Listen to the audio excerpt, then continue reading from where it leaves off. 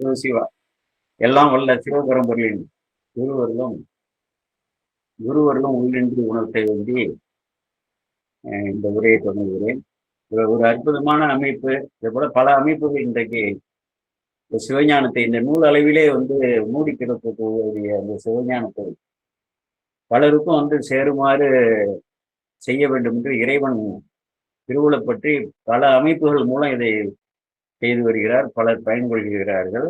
அந்த வகையிலே இங்கே அப்பர் அருள்வரி அம்மா அவர்கள் தொடர்ந்து இதை நடத்தி வருவது பாராட்டுக்கு உரியது. அநேக தங்காவதம் என்ற ஒரு திருத்தலம் திரு ஞானசம்பந்த பெருமான் என்று பாடியது. இது அநேகமாக இந்த திருக்காலத்தில் இருந்த பொழுது வடநாட்டு திருத்தலங்களை எல்லாம் பாடிய போது பாடியிருக்க வேண்டும். அதாவது இந்த வடநாட்டில் கேதாரம் செல்லக்கூடிய வழியில் இருக்கிறதாக சொல்றாங்க. ரிஷிகேஷ்லேருந்து கேதாரம் திருக்கேதாரம் போகும்பொழுது வழியில இருக்கு. இதுக்கு பேருந்து மூலம் இந்த திருத்தலத்தை அணுகலான்னு சொல்லி அது ஒரு குறிப்பு இருக்கு. அடுத்தது சந்திர சூரியர்கள்லாம் வழிபட்ட ஒரு திருத்தலம். அடுத்தது வெந்நீர் ஊற்று. நம்ம இந்த கைபேசிலேயே நிறைய வருது இல்லையா, இந்த வெந்நீர் ஊற்றுலாம் பார்த்துருப்போம். ஒரு பெரிய கிணறு போல துறவு போல இருக்கும். அதில் வெந்நீர் அப்படியே ஆவியெல்லாம் வரும், பிடித்து கொண்டு போயெல்லாம் குளிப்பாங்க. அப்படிப்பட்ட வெந்நீர் ஊற்று இயல்பாகவே இருக்கக்கூடிய அப்படிப்பட்ட ஒரு அற்புதமாக தலம். அம்பாள் அங்கே வழிபட்டதால கௌரி என்ற பெயரில் வழிபட்டதால கௌரி குண்டம் என்றும் அழைக்கப்படுகிறது என்று தர்மபுர ஆதீன நூலில் இந்த குறிப்புகளை எல்லாம் கொடுத்துருக்காங்க. திருப்பதிகம் 2வது திருமுறை திருப்பதிகை எண் 5 இந்தலப்பண்ணில் இந்த திருப்பதிகம் அற்புதமாக ஞானசம்பந்த பெருமான் பாடியிருக்காரு. மிகவும் எளிமையான சொற்பதங்கள் தான், ஒன்றும் கஷ்டமான விஷயங்கள்லாம் இல்லை, எளிமையாகத்தான் இருக்கிறது. நம்ம அதை பார்க்கலாம். நீடல் மேவு நிமிர் புன்சடை மேலோர் நிலாமுலை சூடன் மேவு மறையின் முறையாலோர் சுலாகழல் ஆடல் மேவும் அவர் மேய அநேக தங்காவதம் பாடல் மேவு மனத்தார் வினை பற்றறுப்பார்களே என்று சொல்லி ஒரு பயணியும் இந்த பாடலை சொல்றாரு. அதுதான் ஒரு பெரிய விஷயம். நீடல் மேவு நீண்ட சடை, வார் சடை என்று சொல்லுவோம்ல, பெருமானுடைய சடாமுடியை சொல்லும்பொழுது நிறைய சொல்லுவாங்க. விரி சடை, படர் சடை, நின்ற சடை, 8 சடை உடையான், புரி சடை, பொன் சடை, தாழ் சடை, உயர் சடை என்று பல குறிப்புகள் இருக்கும். பொன் சடை இப்படிலாம் குறிப்பு இருக்கும். அதுபோல நீண்ட வார் சடைங்கிறது நீண்ட சடை, அதான் நீர் பரந்த நிமிர் புன்சடை மேலோர் நிலாவின் மதிசூடி என்று அங்கே முதல் திருப்பதியத்தில் பாடியிருக்காரு. அந்த தொடருக்குள்ள பொருளை தான் இது கொண்டிருக்கிறது. நீடல் மேவு நிமிர் புன்சடை மேலோர் நிலாமுலை, நிலாவை அது முளை போன்று இருக்கக்கூடிய ஒரு கலையை உடைய 16 கலையில் ஒரு கலையை மட்டும் இருக்கக்கூடிய மாசரு திங்கள், அது அந்த கலையை சூடி இருக்கக்கூடிய சந்திரனை சூடி இருக்கக்கூடிய பெருமான் எடுத்து சூடியதாக வரலாறு. இது அதையும் பார்க்க வேண்டும். எடுத்து சூடியதில் தானாகவே இயல்பாக இல்லாமல் எடுத்து சூடியது. நீடல் மேவுனா நீண்ட, நிமிர் சடைனா நிமிர்ந்து இருக்கக்கூடிய, புன்சடைனா மென்மையான சடை என்று சொல்லுவாங்க. புன்சடைங்கிறது மென்மையான சடை. அதன் மேலோர் நிலாமுலை சூழன், அந்த நிலவை இந்த பிறை நிலவை சூடி இருக்கக்கூடியவர். நம்ம அப்படியே படிக்கும் போதெல்லாம் அந்த இறைவன் திருவுருவத்தை உள்ளத்துல கொண்டு கற்பனையாக கொண்டு அதை பதித்து கொள்ள வேண்டும். அந்த ஒரு பழக்கத்துக்கு கொண்டு வரணும். சூடன் மேவு மறையின் முறையாலோர் சுழாழல் ஆடம், அதாவது அதை வேத விதிப்படி அந்த மறைவர்கள் வளர்க்கக்கூடிய தீயெல்லாம் இருக்கு இல்லையா, அதை போல தீக்கு ஒப்பது தான் அந்த சுடுகாட்டு தீயும் அப்படின்னு சொல்றாரு.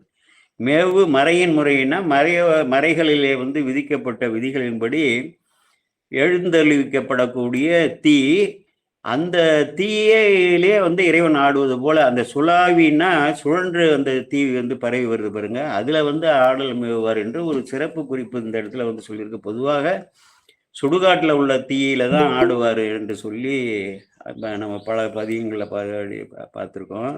இங்க என்னன்னா மறையின் முறையாலோர் சுலாவழல், மறைகளை ஓதி அந்தணர்கள்லாம் வளர்க்கிறார்கள் இல்லையா, தீ வளர்க்கிறார்கள் இல்லையா. வட்டக்குண்டத்தில் எரியோம்பி என்று சொல்வார்கள். வட்டக்குண்டத்தில் எரியோம்பினா அதே போல அந்த மறையின் முறையால்னா வேதங்களிலே விதிக்கப்பட்டபடி, வேதாகமங்களிலே விதிக்கப்பட்டபடி எப்படி குண்டங்கள் அமைத்து அந்த தழல் ஓம்பு தழல் முத்தழல் ஓம்பம் ஞானசம்பந்தன் சொல்வார்ல, அதை போல வந்து 3 தழலை வந்து ஓம்பி வளர்க்கக்கூடிய அந்த சுலாவி வரக்கூடிய தீயிலேயே பெருமான், ஏன்னா அக்னி உருவமாகவும் தானே இருக்காரு சாமி, வந்து பஞ்சபூதங்களின் உருவமாகவும் இருக்கிறார்ல. அப்படி வந்து ஆடலாம், எப்பொழுதும் ஆடிக்கொண்டிருக்கிறார். 5 விழாட்டம் ஆடித்தானே அவன். ஒரு நொடி பொழுது துகள் பொழுது கூட அவர் ஆடல் நிறுத்த முடியாது, நிறுத்தினா எதுவுமே இயங்காது. ஆடல் மேவும் அவர் மேய அடையாளம் காட்டுறாரு. யாரு இவங்க வந்து அநேக தங்காவதத்தில் இருக்காருன்னு சொல்லி நமக்கு அடையாளம் காமிக்கிறது. எப்படி தோடுடைய சேவைன்னு அப்பாவுக்கு வந்து அடையாளம் காமிச்சார் இல்லையா, பெருமானுடைய அடையாளங்கள்லாம் சொல்லி, அது போல அவரோட வந்து சடாமுடி வந்து நீண்ட இதாக இருக்கு, நீண்ட சடாமுடியாக இருக்கு, அது நிமிர் சடையாக இருக்கு, அதுல ஒரு நிலவை வந்து சூடியிருக்காரு. மறையை ஓதி வந்து அந்தணர்கள் ஓம்பக்கூடிய எரியிலே வந்து விளையாடக்கூடியவர்களாக, அதிலே வந்து நடனம் ஆடக்கூடியவராகவும் இருக்கக்கூடிய பெருமான் என்று அடையாளம் காமிக்கிறாரு. இப்படி என்னால் வந்து அடையாளம் காட்டப்பட்ட அவர் மேவு அந்த பெருமான் வந்து மேவி உரைகின்ற அநேக தங்காவதம் இந்த திருத்தலத்தோட பெயரு. பாடல் மேவு மனத்தார் வினைப்பற்று இருப்பார்களே, அந்த இறைவனை வந்து போற்றி இசைத்து யார் வந்து பாட வேண்டும் என்று மனத்தால் நினைத்து, மனத்தாலேயே கற்பனையாக கூட நம்ம வந்து தோடுடைய செய்வின்னா இப்போ வந்து பாடலை கேட்டுப்போம், முணுமுணுத்தும் பாடுவோம், கற்பனையாக கூட வந்து நம்ம நினைப்போம் இல்லையா. அதை போல அந்த இறைவனை வந்து போற்றி பரவி பாட வேண்டும் என்று, இசைத்து பாட வேண்டும் என்று அந்த மனத்துல வந்து நினைக்கிறாங்க பாருங்க. நினைத்து வந்து பாடக்கூடியவர்கள், அவர்களுக்கு வந்து வினைப்பற்றெல்லாம் முற்றிலுமாக அற்று போயிடும். அறுப்பார்களே என்றால் முற்றமாக அற்று போய்விடும். அதாவது பாடணும், இப்போ இறைவனை வந்து போற்றி இசைத்து புண்ணியம் கொள்வார் என்று சொல்வார்கள் எல்லாம் திருமுறை தொடர்கள். போற்றி சேர்த்து பாடினாலே வந்து நம்ம வினைப்பற்றுகள்லாம் அற்று போய்விடும் என்று ஒரு பயணியும் சொல்றார். வினைப்பற்று அற்று போயிட்டா, வினைனா வந்து இல்லை நல்வினை தீவினை என்று பகுத்து ஒரு வினையை மட்டும் சொல்லலை, 2 வினையும். வினைன்னு பொதுவாக எங்கெங்கெல்லாம் வருதோ அது 2 வினையும். இருவினையும் அற்று போனாதானே வந்து அந்த உயர் பதம் கிடைக்கும். அதான் இருவினை ஒப்பு என்று சொல்வார்கள். இந்த வினைகள்லாம் வந்து முற்றிலுமாக அற்று போயிடும், நல்வினையும் அற்று போயிடும், தீவினையும் அற்றுப்படும். எனக்கென்று எந்த செயலும் இல்லை, என் புண்ணியத்தையும் நீயே எடுத்துக்கோ, என்னோட பாவத்தையும் நீயே எடுத்துக்கோன்னு சொல்றது போல அந்த வினையெல்லாம் அற்றுப்படணும். அற்றது பற்றனில் உற்றது வீடு, அவ்வளவுதானே. அதுக்கு அதோட பயன் அதுதான். இதுதான் இந்த பாடலில் உள்ள ஒரு கருத்து. பாடல் மேவு மனத்தாருன்னா அந்த இடத்துல மேவுன்னா விரும்பக்கூடிய என்ற ஒரு பொருள் அதில் எடுத்துக்கலாம். அடுத்து 2வது பாடல். சூளம் உண்டு மழு உண்டு அவர் தொல்படை. அவருடைய தொன்மையான படைக்காலங்கள் இதெல்லாம் வந்து எப்போ அவரிடம் வந்து சேர்ந்ததுன்னே வந்து தெரியாது. வேணா அந்த தாருகாவனத்தில் அந்த ரிஷிகள்லாம் வந்து பெருமானை வந்து பெருமான் தேவையில்லை, இறைவன் தேவையில்லை, நம்ம வந்து யாகங்களை வேதாகம வேள்விகளை செய்தாலே எல்லாமே நம்ம அடைந்து விட முடியும். அவர்கள் செய்ய செய்ய என்னன்னா அவர்களையும் வந்து மயக்கிட்டு, அவர்கள் என்ன நினைக்கிறார்களோ, யானையை வர சொன்னோம்னா கொடிய யானை மலை போல வந்துடும், ஒரு ஆயுதத்தை வர சொல்லணும் வரவழைக்கணும்னா வந்துடும். இப்படியெல்லாம் அவர்கள் வேண்டிய பொருள்கள் எல்லாம் அந்த வேதாகம வேள்விகளை செய்தே அவர்களுக்கு வந்து வர தொடங்கின பிறகு எந்த பெருமானும், யார் வேள்வியின் தலைவனோ, எந்த பெருமான் வேள்வியின் தலைவனோ அவனையே மறந்து விட்டு தம்முடைய ஆற்றலாலேயே எல்லாம் வருகிறது என்று ஒரு பெரும் பாவத்துக்கு ஆளானதால் வந்து அங்க பெருமான் அந்த உருவத்திலே வந்து அவர்களை வந்து ஆட்கொள்றாரு. அப்போ வந்து இதெல்லாம் வந்துச்சுன்னு சொல்லுவாங்க. சூளப்படையை வந்து ஏவினார்கள், அப்புறம் மழுவை ஏவினார்கள், மானை ஏவினார்கள், கருமானை வந்து ஏவினார்கள், ஆணையை ஏவினதாக இப்படியெல்லாம் அங்கே வரலாறு வரும். அப்போ வந்து இதெல்லாம் உண்டு அவருக்கு. இப்போ ஒரு அடையாளம் மீண்டும் வந்து அடையாளம் காமிக்கிறார். சூளம் உண்டு மழு உண்டு அவர் தொல்படை. தொன்மையான காலத்தில் எப்போ நடந்தது அவனை வர்றாருலாம் யாருக்கு தெரியும்.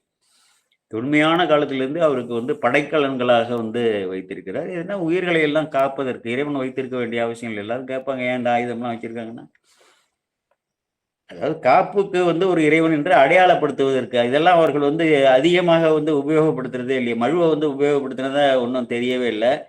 சூளத்தையாவது அந்தகாசுரனை வந்து குத்தி தூக்குறாரு, அந்த ஒரு வருது. அப்புறம் காளி தேவி பெண் வடிவம் எடுக்கும் பொழுது சூளத்தை படையை வந்து உபயோகப்படுத்துறாங்க. இதெல்லாம் இருக்கு. இவையெல்லாம் தொன்மையான படைக்கலன்கள், இறைவனுக்கான அடையாளங்கள். சூழ்கடல் ஆழமுண்ட பெருமான். அடுத்தது வந்து இறைவனோட பெருங்கருணையை வந்து உணர்த்தக்கூடிய, இறைவனுடைய ஒவ்வொரு சிறு அசைவுமே உலகியலுக்காக இந்த உருவத்தை எடுத்து வந்த பிறகு ஒரு சிறு அசைவு கூட உலக உயிர்களோடு நலன் பொருட்டே தான் இருக்குமே வழிய அவருக்கான நலன்கள் எதுவுமே கிடையாது. அப்போ என்ன செய்கிறாருன்னா, இந்த கடலால் சூழப்பட்ட இந்த உலகம் இருக்கு. இந்த கடல் இருக்க கடல்ல நஞ்சு ஆழகால நஞ்சம் எழுது இல்லையா? ஏன்னா இவர்களுக்கு என்ன செய்கிறாங்கன்னா, அமிர்தத்தை எடுத்து நீண்ட காலம் வாழ வேண்டும். அரக்கர்களும் தேவர்களும் போர் புரிகிறார்கள், எதிரிகளும் நிறைய இறக்கிறார்கள், அவர்களும் இறக்கிறார்கள். இப்படி அழிவு ஏற்படுகிறது. நாம் நீண்ட காலம் போர் புரிய வேண்டும் என்று சொல்லி ஒரு ஒப்பந்தம் செய்து கொண்டு இந்த அமுதத்தை, கடலில் இருக்கக்கூடிய அமுதத்தை நாம் எடுப்போம் என்று சொல்லி அங்கே திருமாலிடம் வினவுகிறார்கள், பிரம்மதேவரிடம் வினவுகிறார்கள். பிரம்மதேவர் திருமாலுடைய உதவியை நாடுகிறார். அவர்கள் மற்ற தேவர்களை எல்லாம் அழைத்து திருமாலே கீழே ஒரு ஆமையாகவும் மலைய மேலே மத்தாக வைத்து, அப்புறம் வாசுகி பாம்பை வைத்து, 2 பேரும் ஒரு பக்கம் அரக்கர், ஒரு பக்கம் தேவர்கள்லாம் இழுக்க, அந்த வாசுகி பாம்பு கேட்கக்கூடிய விஷமும் கடல்ல ஏற்படக்கூடிய அதான் ஆழகாலம் என்று 2 விஷயம் சொல்லுவாங்க. அந்த ஆழகாலம் இந்த அமுதம் வேணும்னா இவர்கள் பெருமாண்டியுமே போய் இறங்கினா கொடுத்துருப்பாரு. நாங்கள் நீண்ட காலம் வாழ வேண்டும், எங்களில் கடல்ல இருக்கக்கூடிய அமுதத்தை எங்களுக்கு பெருமானே அருள வேண்டும் என்று அப்படி வேண்டாமல், இல்லை இந்த கடல்ல இருக்கக்கூடிய இந்த அமுதத்தை நாங்கள் எடுக்க வேண்டும், பெருமான் எங்களுக்கு அருள வேண்டும் என்று பெருமானை போற்றி வேண்டி பிறகு போய் அதை எடுத்து அவர் சொன்னோன்னே எடுத்துருக்கலாம். அதுவும் பண்ணலை. ஆணவத்தால் அந்த படைப்பு தொழில், காத்தல் தொழில், அப்புறம் இந்திராதி தேவர்களுக்கெல்லாம் உள்ள ஆட்சி அதிகார தொழில்கள்லாம் கொடுத்தோன்னே தான் என்ற எண்ணம் நமக்கு வர்றது போல தான் அவர்களுக்கு தாமே எல்லாமே செயல்படுத்துகிறான். இறைவன் தான் நம்ம உயிரறிவிலை மேலோங்கி நம்மை செயல்படுத்துகிறார் என்ற அந்த ஞானம் முற்றிலுமாக மறைந்து அஞ்ஞானத்தால் தாம் தான் படைக்கிறோம், தாம் தான் காக்கிறோம் என்ற அறிவிழந்து அது நமக்கு மேல் ஒரு பெருமான் இருக்கிறான், அவரை வேண்டி அனுமதி பெற வேண்டும் என்று அந்த எண்ணம் கூட இல்லாமல் செய்தவர்களுக்காக அப்படி செய்த குற்றத்தையும் கருத்தில் கொள்ளாது அவர்களையும் காத்து அந்த பெருங்கருணைக்கு அடையாளமாகத்தான் இங்கே மிடற்றில் பெருமான் கரைய வைத்திருக்கிறாரு. சூழ்கடல் ஆழமுண்ட பெருமான், அப்படிப்பட்ட பெருங்கருணையுடைய பெருமான் அவர் மேவி இருக்கக்கூடிய, விரும்பி இருக்கக்கூடிய அநேகதங்காவதம் நீளமுண்ட தடங்கண் உமை பாகம் நிலையதோர் கோலமுண்ட அளவில்லை குலாவிய கொள்கையே. நீளமுண்டம்னா கண்கள் நீளமாக இருக்கலையே, நீல வரி படர்ந்திருக்குன்னு பெண்களோட கண்களை இலக்கியங்கள் எல்லாம் சொல்லுவாங்க. நீளமுண்ட அகன்ற கண், அகன்ற கண்ணை உடைய உமையை ஒரு பாகமாக நிலாவியோர் பொருந்துதல், நிலாயதோர்னா பொருந்தி இருக்கக்கூடிய கோலம், அப்படிப்பட்ட திருக்கோலம் உண்டு அவருக்கு. அதுக்கு அளவு இல்லை, அதோட பெருமைகளை எல்லாம் சொல்லுவதே இல்லை. அது குலாவிய கொள்கைன்னா அப்படிப்பட்ட ஒரு பொருந்திய, அதாவது சிவமும் சக்தியுமாக பேதம் உற்று அப்படி இறைவன் பொருந்தி செயல்படவில்லை என்றால் இந்த இதே இல்லை, செயலாக்கமே இருக்காது. தத்துவங்கள்ல தான் நம்ம படிக்கிற முடிய பரசிவம் மட்டும்தான் இருக்காரு, அவருக்கு உருவம் இல்லை, ஒன்றும் இல்லை. இந்த உயிர்கள் பொருட்டு அந்த கருணையோடு இந்த உலகையெல்லாம் படித்து உலகிகளை நடத்தணும்னு சொன்னோடனே தன்னுடைய சக்தியை பேதப்படுத்துறாரு. பரசிவம் பராசக்தி 2மே அருவம். அப்புறம் தான் மாயை நோக்கி விரித்து விட்டு அங்கே நாதமாக ஞானமயமாகவும் விந்து என்ற செயலாக்க கிரியாசக்தி மயமாகவும் 2ம் சேர்ந்து சதாசிவமூர்த்தியாக சமபாகமாக இருக்காரு. அந்த சமபாகமாக இருக்கக்கூடிய சதாசிவமூர்த்தி தான் இவ்வளவு திருக்கோலம் எடுக்கிறார் இல்லையா, மனிதர்களையும் தேவர்களையும் படைத்து பல உயிரினங்களையும் படைத்து அந்த மனித உருவம் தேவர் உருவத்தையும் தாமே மேற்கொண்டு எவ்வளவு பெரிய இருக்காருன்னா, எவ்வளவு பெரிய இறைவன், எங்கும் பறந்து இருக்கக்கூடியவர், எல்லை இல்லாதவர். இந்த என்ன இது சொல்லுவார்ல, சிற்றுயிர்க்காக காய் சின ஆழமுண்டனேன்னு அந்த திருவாசத்துல சொல்றது போல இந்த சிற்றுயிர்களுக்காக இறங்கி தாமே இந்த உருவங்களை, அவர்களுக்கு என்ன உருவங்களை கொடுத்து எடுக்கிறாருன்னா எப்படிப்பட்ட ஒரு பெருமான். அப்போ என்னன்னா சிவம் சக்தியும் இணைந்தது போல, பொருந்தியது போல ஒரு நாடகம் ஆடினால்தான் இந்த உலக உயிர்கள்லாம் நடக்கும். ஏன்னா ஆணும் பெண்ணுமாக உயிர்களுக்குள்ள ஆண் பெண் அலி என்ற எந்தவித பேதமும் இல்லை, ஜாதி குலம் இனம் என்று எந்த பேதமும் இல்லை, தேசம் திசை என்ற எந்த பேதமும் கிடையாது. ஆனால் என்னன்னா பெருமானே தன்னுடைய சக்தியை பேதப்படுத்தி ஒரு ஆணும் பெண்ணுமாய் அந்த உருவம் எடுத்து இப்படி ஆணும் பெண்ணும் குழாவே பொருந்தி இந்த உலகிகளை படைப்பது போல ஒரு தோற்றத்தை காட்டுகிறார். அதுவும் எதுவுமே கிடையாது. அதுதான் சிவம் சக்தி தன்னை ஈன்றும் சத்திதான் சிவத்தை என்றும் இருவரும் உவந்து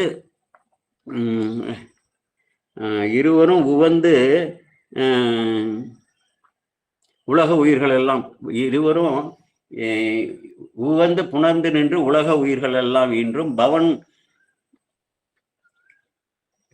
பிரம்மச்சாரியாகவும் பால்மொழி கன்னியாவால் தவந்தரு ஞானத்தோருக்கு தன்மைதான் தெரியும் என்ற 167வது பாடல். நம்ம சித்தியார்ல சிவம் சத்தி தன்னை என்றும் சத்திதான் சிவத்தை என்றும் இருவரும் வந்து புணர்ந்து நின்று உலக உயிர்கள் எல்லாம் ஈன்றும் இருந்தாலும் அவர்கள் உலகத்திற்காக புணர்ந்து ஈன்றது போல காண்பித்தார்களாயினும் பவன் பிரம்மச்சாரியாகவும் பால்மொழி கன்னியாவால் இது சாதாரண உலகில் மக்களுக்கு தெரியாது. தவந்தரு ஞானியர்களுக்கு தான் இது தெரியும்னு சொல்லி அந்த பாடியிருப்பார் சித்தியர்ல. அதுபோல தென்பால் உகந்தாடும் தில்லை சிட்டம்பளவன் பெண்பால் உகந்தான் பெரும்பித்தன் காணேடி பெண்பால் உகந்திலனேல் பேதாய் இருநிலத்தோர் விண்பால் யோகெய்தி வீடுவர்கன் சாழ்வோ. இதை போல பெண்பால் உகந்தது போல ஒரு நாடகத்தை பெருமான் நடிக்கவில்லையானால் இந்த உலக உயிர்கள் எல்லாம் எந்தவித இச்சையும் இல்லாமல் யோக நிலையில தவத்திலிருந்து இந்த பிறவியை கொடுக்கப்பட்ட பிறவியோட பயனாகிய இறைவனை அடையக்கூடிய சிவ தவநெறியில் தம் உயிரை செலுத்தாமல் யோக இது எந்த பயனும் இல்லாமல் முடிந்து விடுவார்கள். இப்ப இந்த யோகம் கற்றுக் கொடுக்குறவங்கலாம் என்ன சொல்றான், நீ இறைவனோட திருவடியை சிந்தையில வச்சு யோகம் பண்ணணும்னு சொல்லாம ஏதாவது ஒரு புள்ளியை வச்சுங்க, ஏதாவது ஒரு ஒளி இல்லைன்னா ஏதாவது ஒரு பொருளை அப்படியே சிறிய பொருளை அதே தியான பொருளாக வச்சுங்கன்னு தான் சொல்லி கொடுக்குறாங்க. அவர்களுக்கு தெரியல, அவங்க திருமந்திரம் அதெல்லாம் படிக்கல. ஆனா ஒரு தியானத்தை பத்தி தியானம் 7வது நிலை. திடீர்னு தியானம் பண்ணக்கூடாது. யம நியமம் ஆசனம் பிரணாயாமம் பிரத்யாகாரம் தாரணை தியானம் என்று சொல்லி 7வது நிலையை எதுவுமே தெரியாம எந்த நல்ல ஒழுக்கமும் இல்லாதவனுக்கு போய் தியானத்தை கற்று கொடுத்தா என்ன பண்றது? யமம் நியமம் யமம்னா தள்ள வேண்டியது தள்ளணும், கொல்ல வேண்டியது நியமமாக கொல்ல வேண்டும், இப்படியெல்லாம் இருக்குல்ல. அப்புறம் உடலை தகுதிப்படுத்திக் கொள்ள வேண்டும், மூச்சை தகுதிப்படுத்திக் கொள்ள வேண்டும். அப்புறம் தாரணைனா ஒரு இதில் பொருந்தக்கூடிய அந்த நிலை வரணும். இதெல்லாம் இல்லாம அப்படி சொல்லுவாங்க. அப்படி இல்லாம இறைவன் என்ன பண்றாருன்னா அதை போல ஒரு நாடகம் நடிக்கிறார். ஆணும் பெண்ணுமாய் உலக மக்களை எல்லாம் படைத்து தானும் சக்தியும் பொருந்தி மகிழ்ந்து அகமகிழ்ந்து இருப்பது போல ஒரு காட்சிப்படுத்தி அந்த இச்சையை உலக உயிர்களுக்கு ஏற்றி அவர்களையும் குழாவை செய்து அப்படி மகிழ்ந்து வாழ செய்து உலக உயிர்களை வளர்த்து எடுக்கிறார். அதனால அது ஒரு கருணை.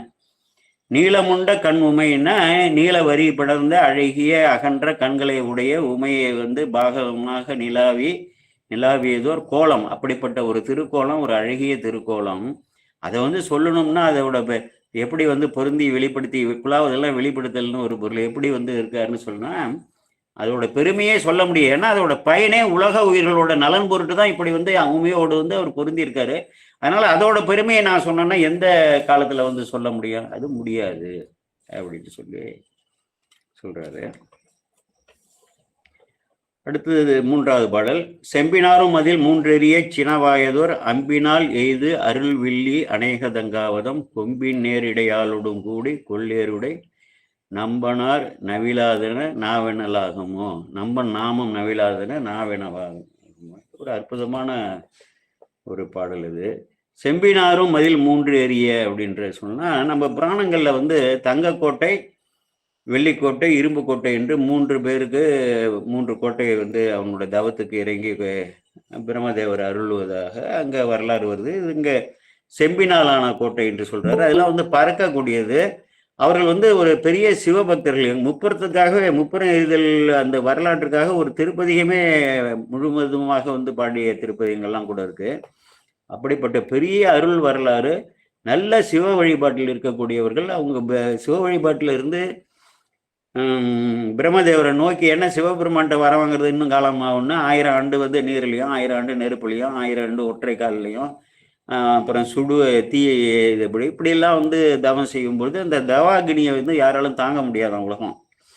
அது உலகத்துக்கு பேரழிவு ஏற்படுத்தணும்னு அங்கே பிரம்மதேவர் தோன்றி உனக்கு என்னப்பா வேணுங்கும்போது அவன் என்ன பண்றான், தாரகன் அவங்க அப்பா பெரிய அரக்கன் உலகத்தையே வென்றவன், அவனுக்கே சாவு வந்துட்டுதேன்னு சொல்லி இந்த இரவா வரம் பெற வேண்டுங்கிற நோக்கத்தில் தான் அவர்கள் கேட்குறாங்க. இல்லைப்பா இரவா வரம் வேணும்னு கேட்குறாங்க. இரவா வரம் கொடுக்க முடியாது, எனக்கும் இறப்பு உண்டு, எல்லாருக்கும் இறப்பு உண்டு பிறந்தவனுக்கெல்லாம். அதனால கொடுக்கக்கூடியதா சிந்தித்து கேளுங்கும்பொழுது அவன் தந்திரமாக என்ன பண்றான், சிந்தித்து ஆலோசித்து எங்களுக்கு 3 பேருக்கும் 3 கோட்டை கொடுங்க, அது வந்து பறக்கக்கூடியதாக இருக்கணும், அது 1000 ஆண்டுகளுக்கு ஒரு முறை ஒரு இடத்துல கூடணும் வானத்துல, அந்த அந்த நேரத்துல அந்த பொழுதுல ஒரு வீரன் ஒரே அம்பால் எங்களை அடித்து எங்களை அழிக்க வல்லவனாக இருந்து அழித்தான்னா நாங்கள் அழிவோம், இல்லை என்றால் அது பிரிந்து விடும், பிரிந்த பிறகு மீண்டும் 1000 வருஷம் ஆண்டுகள் கழித்து தான் கூடும் என்று அப்படி ஒரு வரம் கேட்கிறார்கள். வந்து வரம் கொடுத்துட்றாங்க. வரத்தை பெற்றவர்கள் இவருங்க என்ன பண்றாங்க, அங்க கொண்டு போய் அழகா அதாவது சிவாலயங்களை எடுக்கிறாங்க, சிவ தவம் செய்யக்கூடிய ஞானியர்கள்லாம் இருக்கக்கூடிய அந்த மடங்களை அமைக்கிறாங்க. நிறைய பேருக்கு வந்து வேதாகம பாடசாலைகள்லாம் அமைத்து அவர்கள் சிவ வழிபாடு நாளும் சிவ பூஜை செய்து அப்படி வந்து வாழ்ந்து கொண்டிருக்கிறார்கள். இப்படி வந்து தர்மத்தோடு வாழ்ந்து கொண்டிருக்கிறார்கள். அவர்களுக்கு என்னன்னா ஒரே ஒரு பகை, இந்த தேவர்கள்லாம் நம்ம முன்னோர்கள்லாம் அழித்தார்கள்ல, அந்த சினம் மட்டும் இருக்கு, அந்த பகை உணர்வு இருப்பதால் இந்த கோட்டையை அப்படியே எடுத்துட்டு போய் ஒவ்வொரு தேவர்கள் வாழ்விடங்கள்ல கொண்டு அப்படியே இறக்கி அவர்களை அழித்து இப்படி பல காலம் செய்கிறாங்க. யாராலையுமே அவர்களை வந்து வெல்ல முடியல, யாராலையுமே வெல்ல முடியல. அப்படிப்பட்ட ஒரு கஷ்டத்துல வந்து இவங்க பிரம்மதேவர்கிட்ட கொடுக்கும்போது சொல்லும் பொழுது, நான் வரம் கொடுத்தேன் என்னால் அழிக்க முடியாது, நீ சிவபெருமானை போய் பாருங்க. சுருக்கமாக சொல்கிறேன். சிவபெருமானை வந்து எங்கே பார்க்கும் பொழுது அவர் என்ன சொல்கிறாரு, இது என்னடா இது, அவன் வந்து தர்மத்தை வந்து கடைபிடிக்கிறான், சிவ வழிபாடு பண்ணுறான், சிவ பூஜை பண்ணுறான், சிவாலயங்கள்லாம் வந்து வழிபாடு பண்ணுறான், வேதாகம பாடசாலையெல்லாம் வச்சிருக்கான், ஒரே இந்த ஒரு தவறை தவிர அந்த பகைக்காக செய்தது தவிர அவன்கிட்ட எந்த தவறும் இல்லையே, தர்மம் இருக்கக்கூடிய இடத்துல எப்படி அதர்மம் வந்து புக முடியும், என்னால் முடியாதுங்கிறார். தர்மம் இருக்கிற இடத்துல. அதனாலதான் இது வந்து எவ்வளவு பெரிய ஞானம் இந்த புராணம் மூலம் கொடுக்கப்படுகிறதுன்னா, நம்ம தர்மத்தோடு வந்து வாழ்ந்தால் நமக்கு எவ்வளவு பெரிய எதிரிகள் இருந்தா கூட வந்து அவர்கள் நம்ம வந்து அழிக்க முடியாது. தர்மத்தோட நம்ம வந்து வாழ வல்லவர்களாக இருந்தால் எவ்வளவு பெரிய எதிரிகளாக இருந்தாலும் அழிக்கிறது. தர்மங்கிறது ஒரு பெரிய ஆயுதம். எப்படி திருநீறு 5 எழுத்து எல்லாம் வந்து காப்பாக இருக்குதோ அது போல தர்மங்கிறது வந்து காப்பு. அது சிவ தர்மம்னா வலிய காப்பு அப்படி வந்து எடுத்துக்கொள்ள வேண்டும். அது தர்மம் இருக்கக்கூடிய இடத்துல, நிலவக்கூடிய இடத்துல வந்து இதெல்லாம் அதர்மம் வந்து எந்த காலத்திலையும் புக முடியாது என்று சொல்லி அவர் சொல்லிடுறாரு. எல்லாம் ரொம்ப வருத்தப்படுறாங்க. சிவபெருமானே கைவிட்டுட்டா இன்னமும் நமக்கு ஏதரா கதிங்கும் போது சிவபெருமானே என்ன சொல்றாரு, நீங்க நேரத்தை திருமாலை போய் பாருங்க அப்படிங்கிறாரு. என்னடா இது போல சொல்லியிருக்காருன்னு திருமால்கிட்ட வந்தா அவர் என்ன சொல்றாரு, நீங்க வந்து உங்களுக்கு ஆட்சி அதிகாரம் எல்லாம் கொடுத்த உடனே நீ எல்லாத்தையும் மறந்துட்டு நீயே செய்யறேன்னு அந்த சிவபெருமானே மறந்துட்ட, நீ ஆலய வழிபாட்டை மறந்துட்ட, காமிய வழிபாடு தான் பண்ற, இயல்பான அன்போடு நீ வந்து வழிபாடு பண்றது இல்ல, தொடர்ந்து இந்த பூஜைகளை எல்லாம் செய்யறது இல்லை, எதையுமே நிர்வாகம் எல்லாம் பண்றது இல்ல, நீ எல்லாத்தையும் கைவிட்டுட்டீங்க, வேதங்களை ஓதுறது இல்லை. இன்னைக்கு ஒரு சிவாச்சாரியார் ஒரு எதுக்கு போயிருந்த சொன்னாரு, நாங்க வந்து ருத்ரம் காலையில வந்து தவறாம ஓதுனுங்க, வருத்தப்படுறேன், நாங்கள் செய்கிறதே இல்லை, நாங்கள் வந்து ருத்ரத்தை வந்து அதிகாலையில் எழுந்து வந்து இறை வழிபாடு செய்து ருத்ரத்தை முழுமையாக படித்து ஓதுனோம் வந்து உலகமே தான் நல்லா இருக்கும், ஆனால் இது வந்து ஒரு வெட்கக்கேடான சூழல்னு அவரே சொன்னார். நம்ம ஒன்றும் கேட்கல, அவரே சொன்னார் இப்படிலாம் இருக்குங்க அப்படின்னு சொல்லிட்டு. அப்போ வந்து அங்கே திருமால்கிட்ட போனோன்னா அப்படி சொல்கிறாரு, நீ இதெல்லாம் பண்ணீங்க என்னால் ஒன்றும் பண்ண முடியாதுப்பா, அங்கே தர்ம நிலவர இடத்துல அப்படிங்கிறாரு. அப்போ என்ன சொல்கிறாங்க, ஒன்று எங்களை அழிச்சுடுங்க, அவங்கள அழித்து எங்களுக்கு வாழ்வு கொடுங்க, இல்லை எங்களை அழிச்சுடுங்கன்னு சொன்னோன்னே, இல்லை சரி நீ போய் மீண்டும் வந்து இந்த சிவ பூஜையெல்லாம் பண்ணுங்க, முறையாக நடந்துங்க, பெருமானை வணங்குங்க அப்படின்னு அவர்களை அனுப்பிவிட்டு அவர் வந்து நீரில் இருந்து சிவமந்திரத்தை வந்து ஓதுறாரு. ஓதும் பொழுது இவருக்கு ஒரு செய்தி கிடைக்குது, இதுதான் நம்ம புரிந்து கொள்ள வேண்டும். அது அங்கே புராணத்தில் எழுதியிருக்க மாட்டாங்க. சிவபெருமான் இவர் திருவுளத்தில் ஒரு கருத்தை ஏற்படுத்துறாரு. அதன் பிறகு அவர் என்ன பண்ணுறாரு, ஒரு அனைத்து மாயைகளையும் தன்னிட்ட இருக்கக்கூடிய மாயைகள்லாம் வந்து உருவாக்கி ஒரு மொட்டத்தலை முனிவரை வந்து உருவாக்கி அவர்கிட்ட வந்து என்ன சொல்றாரு, சுவடிகளை கொடுத்து, கடவுளே கிடையாது, இந்த உடலை கொண்டு இந்த உலகத்திலேயே வந்து அனுபவிக்கக்கூடியவை தான் வந்து எல்லை இல்லாத இன்பங்கள், இது தவிர சொர்க்கமெல்லாம் கிடையாதுங்கிற கருத்துக்களை உள்ளடக்கி சுவடிகளை அவர்கிட்ட கொடுத்து, இதை நீ வந்து அங்கே முப்புராசுரர்கள்ட்ட போய் போதிங்க அப்படின்னு சொல்லிட்டு, நீ இன்னும் 3 பேரை உருவாக்கிங்கிறான், அவன் இன்னும் 3 பேரை உருவாக்கிறான், 4 பேரும் போகிறாங்க. அப்போ நாரதர் வராரு. நாரதர் வந்த உடனே, நல்ல வேலை நீ வந்துட்ட, முப்புராசுரர்கள்லாம் உன் மேலே மரியாதை வச்சிருக்கான், உன்னை வணங்கி வரவேற்பாங்க, நீ அவர்கள்ட்ட போய் நான் இந்த 4 பேரையும் எதுக்கு அனுப்பியிருக்கணும், அது வந்து அது சரியான செயல்தான்னு சொல்லுங்கும்போது, அப்புறம் நாரதனும் போகிறாரு. அங்கே போனோடனே இவர்களை எல்லாம் அறிமுகப்படுத்தி இவர்கள்ட்ட நான் தீட்சை எடுத்துக்கிட்டேன், அப்படிப்பட்ட மாமுனிவர்கள் இவர்கள் சொல்றதெல்லாம் கேள்டான்னு சொல்லி எப்படி இங்க வந்து ஒரு சிலரை வந்து பெருமான் அனுப்பி இந்த சிவ வழிபாட்டிலேருந்து விலக்கி இந்த சீர்கேடுகளை எல்லாம் உருவாக்குனாரோ, அதே போல வந்து அவர்கள் அதுக்கப்புறம் அந்த முனிவர்கள் சொல்றதெல்லாம் கேட்டோன்னா மெல்ல மெல்ல சிவ வழிபாடெல்லாம் விட்டுறான், சிவ ஆலயங்களை கை விட்டுறானுங்க, அந்த பள்ளிகளெல்லாம் போயிடுது. அதிலிருந்து வந்து அதர்மத்தை இன்னும் அதிகமாக போக ஆரம்பிக்குது, அதர்ம வழியில நடக்க ஆரம்பிக்கிறாங்க. அதுக்கப்புறம் தான் பெருமான் வந்து அங்க அழிக்கிறாரு. செம்பினாரும் மதில் 3 எறிய சினவாயதோர் அம்பினால் எய்தருள் வில்லி. சில வந்து குறிப்பில் சிறுத்தை அழித்தாருன்னு வரும், நிறைய திருமுறையிலேயே வரும், சில இடங்கள்ல அம்பு விட்டாருன்னு வரும். அதுல புராணம் எப்படின்னா, அந்த ஒரு இவரை கொண்டாந்து இந்த சிற்பியை, அந்த தேவலோக சிற்பியை வந்து தேர் செய்ய சொல்லுவார். அவங்க ஒரு தேர் செய்வான், சூரிய சுந்தரர்கள்லாம் சக்கரமாக வைத்து மற்ற தேவர்களை எல்லாம் இது பண்ணி இந்த மகாலட்சுமி சரஸ்வதி எல்லாம் அப்படியே அழகு தொங்க விடக்கூடிய தொங்கலாகலாம் அமைத்து வேதங்கிற பிறவியை வைத்து அப்புறம் பிரம்மதேவர் தான் ஓட்டிட்டு வருவார், நான் தான் ஓட்டிட்டு வரேன். அப்படி ஓட்டிட்டு வரும்போது அந்த முப்புறம் வந்து சேர்ந்துடும். உடனே பிரம்மதேவர் சொல்லுவார், சாமியே நீங்கள் உடனே விட்டுடுங்க, ஏன்னா 1000 ஆண்டுகள் ஆயிடுமே அப்படின்ட்டு அந்த பதட்டத்தில் அப்படி சாமி அப்படி பார்ப்பாரு, சிரித்தவுடனே அழிஞ்சிவிடும், பதற்றப்படுவார். நான் வந்து உங்களோட பெருமையை அறியாமல் நான் சொல்லிட்டேன், இருந்தாலும் அவன் வந்து வரான் அப்படி கேட்டான், அதனால வந்து முப்புறம் அழிந்த வந்து அம்பை விடணும் அப்படின்னு சொன்னோன்னு தான் அந்த அம்பை விடுவதாக அந்த வரலாறு அப்படி இருக்கும். செம்பினாரும் மதில் 3 எறிய சினவாயதோர் அம்பினார். திருமாலையே வந்து அம்பாவும் அக்னியை வந்து முனையில இந்த தீயாக வைத்து அப்படி பண்ணாருன்னு இருக்கும். அன்பினால் எய்து அருள் வில்லி, அருளினார் அந்த தேவர்களுக்கெல்லாம் அன்றைக்கு அருளி அவர்களை எல்லாம் வந்து காத்தாரு. வில்லை ஏந்தியவர் வில்லி. அவர் வீட்டில் இருக்கக்கூடிய அநேக தங்காவதம் கொம்பின் நேரடியால், எப்படின்னா கொம்புன்னா கிளைன்னு சொல்லமுல்ல, அதே போல கொடியில்னா சின்ன சிறு கிளை போல வந்து இடையே உடைய கொம்பு மாதிரியே இருக்கக்கூடிய, அதற்கு இணையாக இருக்கக்கூடிய அப்படிப்பட்ட அழகிய, அதாவது மென்மை அதாவது மெல்லிய தோற்றம்னு சொல்லுவாங்க, இடை சிறுத்து இருக்கக்கூடிய மெல்லிய தோற்றத்தை சொல்லுவது. அந்த அம்பாளோட வந்து கூடி கொள்ளேறு உடை, கொள்ளேறுன்னா கொள்ளத்துக்கு தக்க தன்மையை உடைய இயல்பை உடைய ஏறு, ஆற்றல் அடல் விடை ஏறும் ஆளவாயன்னு சொல்றாரு. நம்பன் அப்படிப்பட்ட வந்து நமக்கு வந்து நம்பி நம்பன் அப்படின்னு சொன்னா அழகியவர்னு ஒரு பொருள் இருக்கு இல்லையா? அது போல நம்பன் நாமம் நவிலாதன நான் என்னலாகுமே, நம்பனுடைய பெருமானுடைய திருநாமத்தை இந்த 5 எழுத்தை இங்க வந்து பதிவு செய்திருக்கிறார் மறைமுக பொருளாக. பெருமானுடைய நாக்கு வந்து எதுக்கு, அதான் தலையை நீ வணங்கா என்று சொல்லி திரு அங்கமாலையில சுந்தரம் இது நாவுக்கரசர் பெருமான் அற்புதமாக பிரித்து அந்த அங்கங்கள் மட்டும் இல்லாமல் நெஞ்சை எல்லாம் வந்து சொல்லியிருக்கார் இல்லையா? அதே போல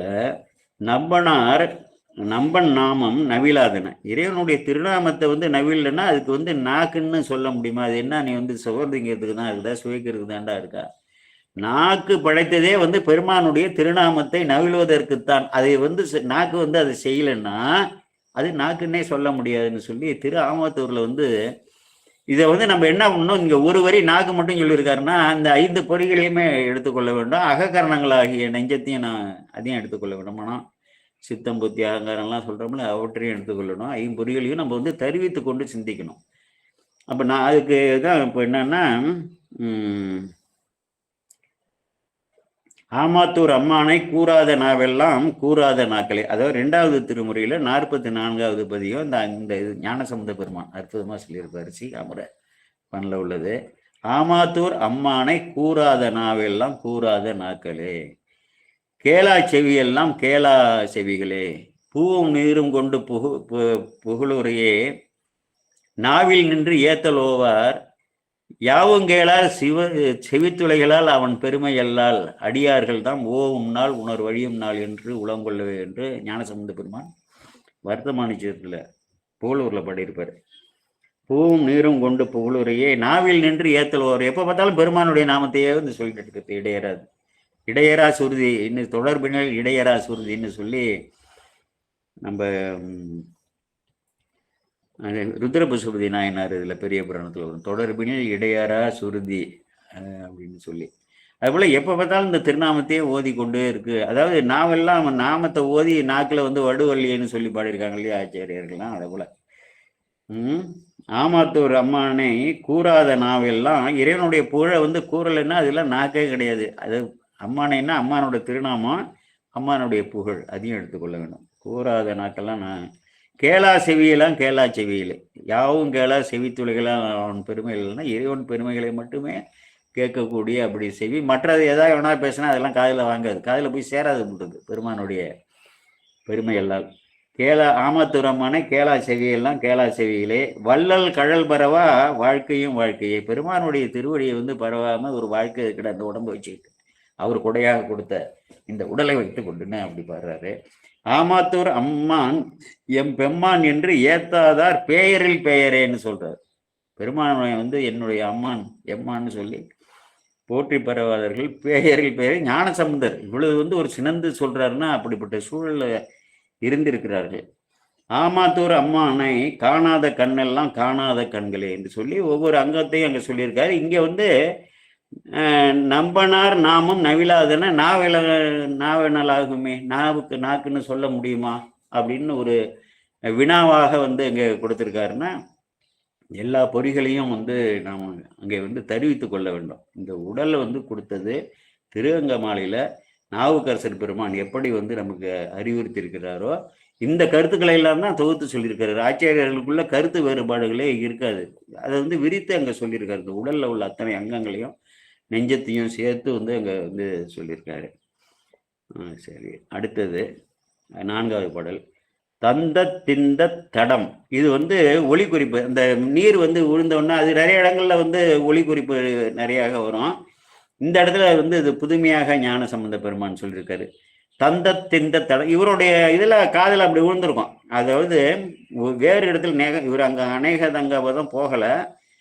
ஆனால் முற்பிறையில் அவர் அங்கே தானே திருந்தடி மறக்கலாது இருந்த என்னை மையல் செய்து மண்ணில் மேல் பிறக்குமாறு காட்டினேன்னு சொன்னவர் தானே. ஆக முன்னதாகவே அவர் வந்து எல்லா அனைத்து தலங்களையும் உலகத்தில் உள்ள அத்தனை சிவத்தலத்தையும் இந்த ஆச்சாரியர்கள் வந்து எளிதாக கண்டு இருப்பாங்க. இப்போ என்னன்னா முன்னதாக கண்ட கருத்துக்கள் இங்கே என்ன வந்து தொலைவில் உள்ள அதாவது திருவண்ணாமலையாக இருக்கட்டும், திருவண்ணாமலை இல்லை இது இலங்கையில் உள்ள திருத்தலங்கள்லாம் திருகோணமலையாக இருக்கட்டும், கைதீச்சரமாக இருக்கட்டும், இங்கே திருக்காலத்தையாக இருக்கட்டும், இவர்கள் போகாத திருத்தலங்களை எல்லாம் இந்த ஆச்சாரியர்கள் பாடும் பொழுது இவர்கள் என்ன பாடுறாங்களோ அதை போல் அங்கே இருக்குது. அதாவது முன்னதாகவே வந்து இவர்கள் வந்து அந்த உயிரறிவில் அந்த திருத்தலத்தை பற்றிய ஒரு பதிவு இருக்குல்ல, அதை பற்றி நினைத்து அந்த பெருமானை அங்கே வீட்டிருக்கக்கூடிய பெருமானை வந்து பாடும்போது அந்த திருத்தலத்தோட அமைப்புலாம் அப்படி அவர்களுக்கு வரக்கூடிய அந்த நிலை இருக்கும். அப்போ அந்த அருவி அங்கே எப்படி ஓடுதுன்னா அப்படியே வந்து அவர் முன்னதாக கண்ட கருத்தை அப்படியே கொண்டு வரார். தந்த திந்த தடம் இது வந்து ஒளி குறிப்பை சொல்றாங்க என்று அறிவித்திரல் பாய்ந்து போய் அப்படி வந்து வேகமாக பாய்ந்து இந்த ஒளி குறிப்போட ஒளியோட வந்து ஒளித்து வருகிறது. சிந்த அது வந்து சிந்ததுன்னா வீழுதல்னா தான். வெந்த கதிரோனோடு மாசரு திங்களார் அந்தமில் அளவில்ல அநேக தங்காவதம். ஆமாம், அந்த அது வந்து பாய்ந்து இந்த நீரை வந்து சிந்துது. இங்கே என்னன்னா வெம்மையை வெளிப்படுத்தக்கூடிய கதிரோனோடு மாசரு திங்கள் கங்கை முடிமையில் அணிந்துங்கும் போது மாசுகளை அறுக்கக்கூடிய திங்கள். அது வந்து ரெண்டுமே வந்து ஒளியை கொடுக்குறது தானே. சூரியன் ஒளியை கொடுக்குறாரு, சந்திரன் அதை வாங்கி பிரதிபலித்து ஒளி கொடுக்குறாரு. அவர் வந்து வெம்மையாக கொடுக்குறாரு, இவர் தன்மையாக கொடுக்குறாரு. இந்த ஒளியெல்லாம் இங்கே வந்து பரவுது. சிந்த வெந்த கதிரோனோடு மாசரு திங்களார் அந்தமில் அளவில்லை. அதாவது அநேக தங்காவதத்தோட பரவத்தை, அதாவது ஒளி பரவன்னு அங்கே சேர்த்துக்கணும். திங்களார் ஒளியை வந்து கொடுக்குறாங்க, அவர்கள் அதான கொடுக்க முடியும், வேற என்ன.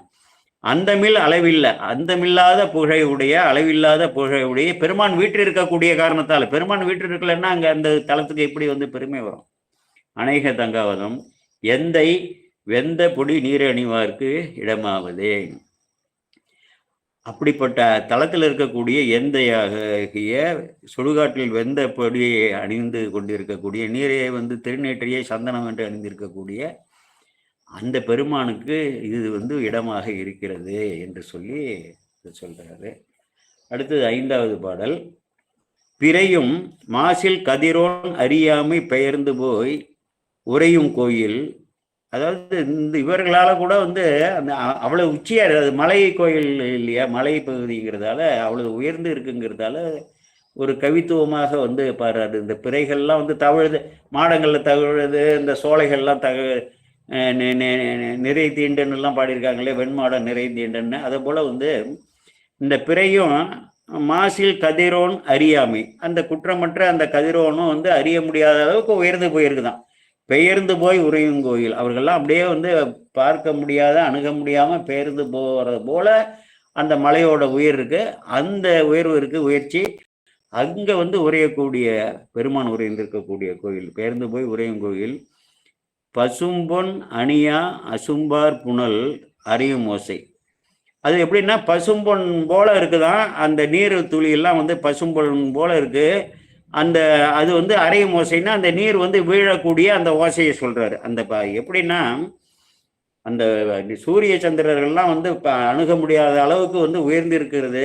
நீர் அந்த ஒளித்து வரக்கூடிய நீர் துகள் எல்லாம் பரவும் போது அதுல தானே 7 நிறத்தை வந்து கண்டுபிடிச்சான். அந்த அந்த ஒவ்வொரு இதுலயும் வந்து நிறம் இருக்குன்னு சொல்லி பிரிஞ்சு அந்த இதுல ஒளியில இருக்கக்கூடிய நிறங்களை வந்து இந்த நீர்த்துளியில வந்து அதுதான் சிதறும் பொழுதுதான் அது வந்து இதுல எல்லாத்துலயும் வானொலியில வந்து சூரிய ஒளியில 7 நிறம் இருக்குன்னு கண்டுபிடிச்சாங்கல்ல. அப்போ வந்து என்னன்னா அழகா பொன் போன்ற வண்ணம்லாம் வருது. அதாவது அசும்பாருன்னா நீர்த்துளின்னா பொருள். அது புனல் அறையும் ஓசை, அந்த புனல் வந்து வீழ்வதால் வந்து வெளிப்படக்கூடிய அந்த ஓசை. பறை போலும், எப்படி பறையை வந்து இசைத்தால், பறையை வந்து இப்பெல்லாம் கையில் திருக்கையிலாய வாத்தியம்னு பெருசா வாசிக்கிறாங்க இல்லையா, அது போல வந்து அந்த பறைகளை வாசித்தால், ஓங்கி வாசித்தால் எப்படி வந்து ஒளி வருமோ அப்படி வந்து ஒளி வரக்கூடிய அநேக தங்காவதம் இறை அங்கே வீட்டிருக்கக்கூடிய எம்பெருமான் இறைவன். எம் ஈசன் எம்மான் இடமாக, எந்த ஈசன் எம்பெருமான் ஏறமர் கடவுள் என்று சொல்றாங்கல்ல, அப்படிலாம் அப்படிப்பட்ட பெருமான் அங்க வந்து இடமாக வந்து விரும்பி உறைந்து இருக்கிறார் என்று சொல்லி சொல்றாரு. இப்படிப்பட்ட அதாவது இதோட சூழலை சொல்றாரு. சூரியனும் சந்திரனும் இதை வந்து அணுக முடியாமல் பெயர்ந்து போகிறாங்க. அங்கே வந்து அந்த மலையோட அழகு எப்படி இருக்குன்னா ஒரு பசும்பொன் நிறம் போல வந்து அழகாக வந்து ஒளி வீசக்கூடியதாக நீர்த்துளிகளை எல்லாம் வெளிப்படுத்தக்கூடியதாக இருக்கு.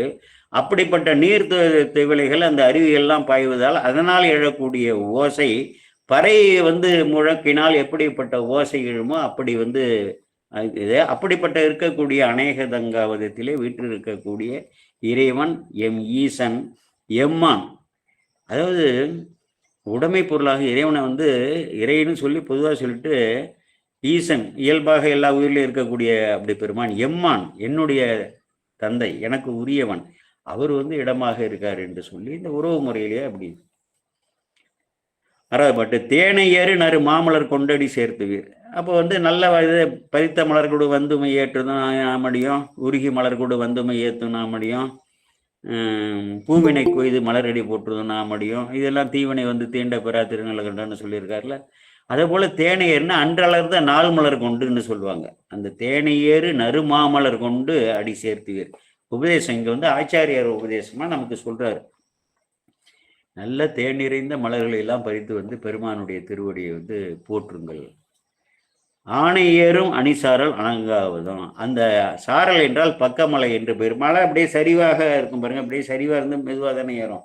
அந்த மேலே மெதுவா ஏறி போறதுல ஆணையெல்லாம் வந்து ஏறும். நிறைய மரம் செடி கொடிகள்லாம் இருக்கும், இடையில வந்து ஆணை இந்த யானைகள்லாம் ஏறி போகக்கூடிய இது. ஆணை ஏறும் அணி சாரல் அழகிய சாரல் பக்கமலைகளில் உள்ள அநேக தங்காவதம். வானை ஏறு நின்று வானை ஏறு நெறி சென்று உணருந்தனை வள்ளீரேன். நீங்க வந்து அநேக தங்காவதத்துல இருக்கக்கூடிய பெருமானே, அதாவது வானுலகத்திலே சிவலோகத்திலே இருக்கக்கூடிய பெருமானே அடையக்கூடிய அந்த சிவதவ நெறியை நீங்கள் அறிவீர்களானால். சிவதவ நெறி என்று என்னன்னு சொல்லி நம்ம ஆச்சாரியர்கள் எல்லாமே சொல்லிட்டாங்க. நம்ம நால்வர்களுமே ஓரிரை கோட்பாட்டை வந்து எடுத்து சொல்லி ஒன்றவன் தானேன்னு சொல்லி அவர் தவிர இறைவனை இல்லைன்னு சொல்லி இந்த உடலை கொண்டு எப்படியெல்லாம் இந்த இறைவனை வந்து நெறி நீர்மையர் நீள்பானவர் நெறி நினைவும் நினைவாகி அரி நீர்மையில் அறியும் அவருக்கு அறியும் அறிவருளி அது வந்து அருளிடுவார். நெறி நீர்மையர் நீள்வானவர் நினையும் நினைவாகி. நெறி நீர்மைன்னா நல்ல தவ நெறியில சிவதவ நெறியில புற உலகை தள்ளி உடல் இருப்பையெல்லாம் மறந்து செல்லக்கூடியவர். நீள்வானவர், நீண்டு வாழக்கூடிய சிவத்தையே வணங்கி. வானவர்கள் எல்லோரும் கெட்டவர்கள் கிடையாது, எல்லோரும் இன்பத்தை வந்து தூக்கணும் இல்லை. அங்கிருந்து சிவலோகம் போக வேண்டும் என்று இங்க பயிலக்கூடியவர்கள்லாம் இருக்கார்கள். அதனாலதான் வந்து பூலோகத்துல வந்து கட்டக்கூடியவர்கள் வழிபாடு ஆற்றுவதும் இருப்பாங்க. நெறி நீர்மையர் நீள்வானவர் நினைவும் நினைவாகி அரி நீர்மையில் அறியும் அவருக்கு. எப்படி இதை அறிந்து கொள்ள வேண்டும் என்று ஆச்சாரியார்கள் வழியாக பரசிவமே வெளிப்படுத்தி இருக்கிறார்களோ அந்த வழிமுறையிலே, அந்த சிவதர நெறியிலே செல்ல வந்து நீ முனைந்தா அவருக்கு வந்து தன்னை அறியக்கூடிய அறிவு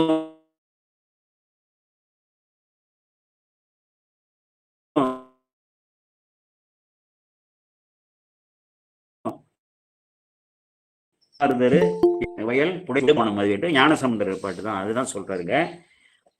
வானையேறும் நெறி சென்று உணர்ந்து உணர்ந்தனை வழியர்கள். நீங்க வந்து சிவலோகத்தை சென்று செல்வதற்கான வழிமுறை என்ன என்று நீங்கள் வந்து உணர வல்லீர்களானால் ஆணையேறும் முடியான அருள் செய்வதும் வானையே. அங்கே வந்து ஆணைந்தும் ஆடக்கூடிய பெருமான், ஆணைந்தும் ஆடக்கூடிய பெருமான் நமக்கு உனக்கு என்ன அருள் செய்வார்னா சிவலோகத்தை சொல்வார். ஆகாவது எந்த வழிமுறையிலே, எந்த சிவதவ நெறியிலே இறைவனை நோக்கி நீ பயணிக்க வேண்டும் என்பதை நீ உணர்ந்து வள்ளீராகி நீ வந்து பயணித்தால் இங்கே அநேக தங்காவதத்தில் இருக்கக்கூடிய பெருமான் உனக்கு சிவலோகத்தையே அருள்வார். அதுக்கு பரிசாக என்ன விரும்புறியோ அதை அருள்வார். ஆனால் அதற்கு வந்து தகுதிப்படுத்தி கொண்டு அந்த முறையிலே, அந்த சிவதவ நெறியிலே நீ செல்ல வேண்டும். சென்றால் இறைவன் வந்து வானுலகம் என்று இங்கே வந்தால் சிவலோகம் என்று தான் எடுத்துக்கொள்ள வேண்டும். அப்படிப்பட்ட ஆணைந்து ஆடக்கூடிய மொழி சடாமுடியுடைய பெருமான் அருள்வது சிவலோகத்தையே அருளிவிடுவார். தான் இருக்கக்கூடிய இடத்தையே நீயும் வந்து வாழ்ந்து கொள் என்று கொடுத்து விடுவார். 7வது பாடல். வெறுவி வேழம் எரிய கதிர்முத்தோடு வெண்பளிங்கு உருவி வீழ வைரங்கொழி அகில் உந்தி வெல் அருவி பாயும் அணிசாரல் அநேக தங்காவதம் மருவி வாழும் பெருமான்கள் சேருவது வாய்மையை என்று சொல்லி, அந்த இயற்கை ஏழ்கள்லாம் அந்த மலையில வந்து எப்படி அருவிகள்லாம் வந்து வீழுதோ அந்த இயற்கை ஏழோடு கூடிய அநேக தங்காவதத்தில் இருக்கக்கூடிய பெருமான் திருவடியை தான் நம்ம சேரணும். அதுதான் வாய்மை, அதுதான் உண்மை. இந்த உடலை எடுத்த நமக்கு வந்து ஒரு இறுதி இலக்கு என்று எடுத்துக்கொள்ள வேண்டும். வெறிவி என்றால் அஞ்சி, வேழம் எரிய, வேகமா வந்து யானை எதற்கோ அஞ்சு கீழே எரியுது. கதிர்முத்தோடு வெண்பொழுங்கி, அந்த தண்ணீர் எப்படி எழுதுன்னா ஒளியோட அந்த கதிர் ஒளிப்படுது, அதோட இல்லாம வெண்முத்து எல்லாத்தையும் கொண்டு வருது. பளிங்கு உருவி வீழ, அப்படியே அதை பேர்ந்து உருவி வீழனா பேர்ந்து வீழ, வைரம் கழிய அகிலும், அகிலாம் இருக்கு எல்லாத்துலேயும் வந்து பார்த்துருக்கீங்கன்னா ஞானசமுந்தராக இருக்கட்டும், சுந்தரமூர்த்தி சாமிகளாக இருக்கட்டும், நாவுக்கரசராக இருக்கட்டும், இந்த இயற்கைகளில் இந்த அருவிகளை எல்லாம் வரும்பொழுது அகில வந்து கூடிய வகையில் அகில வந்து குறிப்பாங்க. அந்த காவிரி அது அப்புறம் கெடில நதியெல்லாம் அடித்து கொண்டு வருதுன்னு பாடும்போது இந்த அகில் வந்து எல்லாத்தையும் தவறாது இருக்கும். எல்லா இடத்துலையும் இருக்கும் போல் இருக்கு மலையில. அது ஒரு மனத்தை வீசக்கூடியதுன்னு அகில் கட்டையெல்லாம். உருவி வீழ வைரம் கொழியா அகிலும் உந்தி, வைரங்களையும் வந்து முத்து மணி வைரங்கள்லாம் பளிங்கு எல்லாத்தையும் அடித்து வரும்பொழுது அகிலையும் உந்திட்டு வருதான் அந்த வெள்ளம். வெள்ளருவி வெண்மையா இருக்கும் அந்த அருவி, பார்த்தோம்னா நம்ம தான் பார்க்குறோம் இல்லையா. வெள்ளருவி பாயும் அணிசாரல், அழகிய சாரல், அழகிய பக்கமலையுடைய அநேக தங்காவதம் மருவி வாழ்வும் பெருமான். அதை வந்து மருவி வாழும்னா எப்பொழுதுமே வாழ்ந்து கொண்டிருக்கக்கூடிய பெருமான். அவர் தான் எங்கேயும் எப்பொழுதும் இருக்காருல்ல, அதை சொல்றாரு. பெருமான் கடல் சேருவது வாய்மையை, இந்த உடலை எடுத்த உன்னடைந்த உடம்பின் பிறவியே தானடைந்த உறுதியை சாருமான் தேனடைந்த பிள்ளையில். சிவாய நம்ம ஐயா. சிவாய நம்ம இப்பதான் வந்திருக்கேன் புதுசா. சரிம்மா, வாங்க வாங்க வாங்க. சரி, சிவாய நம்ம ஐயா. எதை பத்தி சொல்லிட்டு இருக்கீங்க? நம்ம வந்து அநேக தங்காவதம் 5வது 2வது திருமுறையில 5வது பதிகம், திருப்பதிகம் அநேக தங்காவதம் ஞானசமுந்தர். அதுல வந்து இப்போ 7வது பாட்டு சொல்லிட்டு இருக்கேன். நீங்க வந்து அப்புறமா இது வந்து பதிவு செய்யறாங்க, அப்புறமா அவங்கள்ட்ட வாங்கி நீங்க கேட்டுக்கலாம். சரிப்பா, சரி. அப்போ வந்து அந்த அநேக தங்காவதம் மருவி வாழும் பெருமான் கடல் சேருவது வாய்மையை, இதுதான் வந்து உனக்கு இந்த பிறவி கொடுத்திருக்காரு. உயிரோட இலக்கு இது பெருமானுடைய திருவடி அடையுது. பெருமானுடைய திருவடி என்பது இங்க அடையாளப்படுத்தப்படுகிறது உருவத்துல. ஆனால் அந்த திருவடிங்கிறது எதை குறிக்கும்னா இறைவனோட சாயுஜ்யமாக நீ வந்து இயைந்து இந்த உயிர் வாழ வேண்டும், இதுதான் சத்தியம். அப்படிப்பட்ட பெருமான் வீட்டிருக்கக்கூடிய இந்த திருத்தலம், இந்த இதை வந்து நீங்க வந்து சேருங்க, இறைவன் இங்க வாழக்கூடிய இந்த பெருமானுடைய திருவடியை நீங்கள் பற்றி கொள்ளுங்கள் என்றால் அது வந்து என்னத்தை விளைவிக்கும்னா இறைவனோட சாயுஜ்ய நிலையில ஏந்து இந்த உயிர் இன்புறக்கூடிய அந்த நிலையை வந்து விளைவிக்கும். அதுதானே இறுதி. அடுத்தது 8வது பாடல் ராவணன் பாட்டு. ஈரமேதும் இளனாகி எழுந்த ராவணன். நெஞ்சில ஈரமே இல்லாததான் அரக்கன், ஆனா சிவபக்தன். ஒரு இணையற்ற சிவபக்தன். சாமி மேல மட்டும் அப்படிப்பட்ட பக்தி. அவனுக்கு வந்து பிற உயிர்களுக்கு துன்பத்தை ஏற்படுத்துறதுல எல்லாரையும் அடர்த்து அப்படித்தானே இருப்பான். அதனால ஈரமேதும் இல்லாதுன்னா நெஞ்சில வந்து ஈரம் இல்லாத ஒரு கடுமையான கடிய சிந்தை உள்ளவன், கடிய இயல்பு உள்ளவன். இளனாகி எழுந்த ராவணன். அப்ப என்னன்னா கைலை மலையை தூக்கணுன்னே லேசா இறைவன் திருவுளம் பற்றாரு, கால் விரலை அமுக்கணும்னு நினைக்கிறாரு, அவ்வளவுதான். அது நகத்தாளன்னு கூட சில பேர் சொல்லுவாங்க நதியல். உடனே 20 தோள்களும் 10 தலையும் நொறுங்கி போயிடுறான். வீரமேதும் இல்லானாக விளைத்த விலங்கலாம். விலங்கால்னா மலையை வந்து இது. அப்படிப்பட்ட வீரமேதும் இல்லாம பெருமான் வந்து விளைவித்து விட்டார் இந்த மலையில இருக்கக்கூடிய அப்படிப்பட்ட பெருமான். ஆரம் பாம்பு அணிவான். இறைவன் என்ன அணிவாரு? ஆரமாக பாம்பு அணிவாரு. அப்படிப்பட்ட பெருமானுடைய அணைகே தங்காவதும், அப்படிப்பட்ட பெருமான் வீட்டில் இருக்கக்கூடிய அணைகே தங்காவதும் வாரமாகி நினைவார் வினையாகின மாயுமே. வாரமாகினா அன்போடு, அதான் காதலாகி கசிந்து கண்ணீர் மல்கி துஞ்சலும் இல்லாத போதிலும் நெஞ்சகம் நைந்து நினைமின்னால் தூரங்கிறது போல அந்த அடிப்படை வந்து அழுமலர் கண்ணினை அடியவர்க்கல்லால் அறிவறிது அவன் திருவடி இணை இரண்டும் என்று திருக்கழுமலத்துல சுந்தரமூர்த்தி சாமிகள் பாடுவார். அழுமலர் கண்ணினை அடியவர்க்கல்லால் அறிவு அரிது அவன் திருவடி இணை இரண்டும் என்று அந்த திருக்கோலத்தை விடையில காட்சி கொடுக்கும் பொழுது திருக்கழும வெளியில வரும்பொழுது சுந்தரமூர்த்தி சாமிகள் பாடுவார். அப்படிப்பட்ட வாரமாகின்னா அது ஏன் எப்படி வந்து அன்பு நம்ம இறைவன் மீது வராத இருக்கிறதுக்கு என்ன நம்ம வந்து புரிந்து கொள்ளவில்லை என்றால், நாம் போய் இறைவனை அடைவதால அவருக்கு எந்தவித அணுத்துகள் அளவு கூட இன்பம் இல்லை. இந்த உயிர்கள்லாம் போய் அடைவதால அவரே பேரின்ப பொருளாக இருப்பதால் தன்னுடைய பேரின்பத்தை நம்ம சிவதராயசன்னா பேரின்ப வடிவமானவன் தன்னுடைய பேரின்ப தன்மையை வந்து உயிர்களுக்கு வந்து கொடுக்கக்கூடிய பெருமான் என்று அப்படி வந்து பொருள்படுவது. அப்படிப்பட்ட வந்து பெருமான் வாரமாகி நினைவார்னா இந்த பிறவியை நம்ம வந்து கேட்டு கொடுக்கலையே. நம்ம வந்து இந்த ஊர்ல இந்த வீட்டுல இந்த அப்பா அம்மாவுக்கு போய் பிறக்கணும்னு கேட்டோமா? அப்படிலாம் கேட்க வாய்ப்பு இருந்ததுன்னா நம்ம வந்து பெரிய அம்பானி வீட்டுல இல்லைன்னா டாடா வீட்டுல தானே கேட்டிருப்போம். நம்ம ஒன்றும் கேட்கல. நம்ம வந்து வினவாமலே யாராவது கொடுப்பாங்களா? யாராவது வினவினா தானே கொடுக்குறாங்க, உதவி செய்யறாங்க. வினவாமலே இந்த உயிர்களோட பக்குவ நிலையை வந்து இது பண்ணி இப்படிப்பட்ட வந்து உலகை படைத்து இங்கே வந்து நாடகம் ஆட வச்சு ஒரு உடல்ல வந்து புகுத்தி வாழ வைத்து தாயை கொடுத்து தந்தையை கொடுத்து உற்றார் உறவினர்களை கொடுத்து ஒரு சமூகத்தை கொடுத்து எல்லா உயிர்களையும் மேலோங்கி அந்தந்த உயிர்களையும் இயக்கி ஒவ்வொரு உயிரையும் இயக்கி வர்றாரு.